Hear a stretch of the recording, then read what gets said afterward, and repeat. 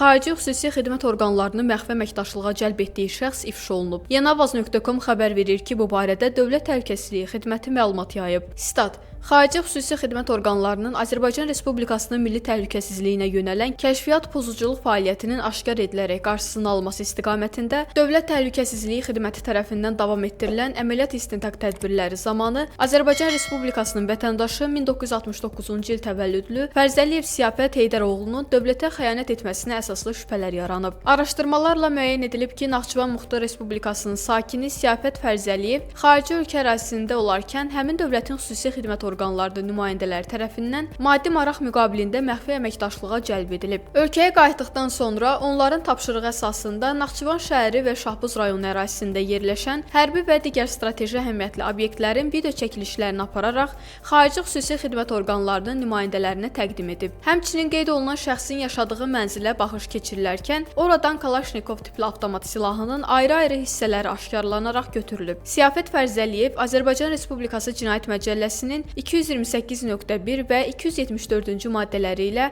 məsuliyyətə cəlb olunaraq məhkəmənin qərarı ilə barəsində həbs qəti imkan tədbiri seçilib. Hazırda cinayət işi üzrə istintaq əməliyyat tədbirləri davam etdirilir. Statın sonu.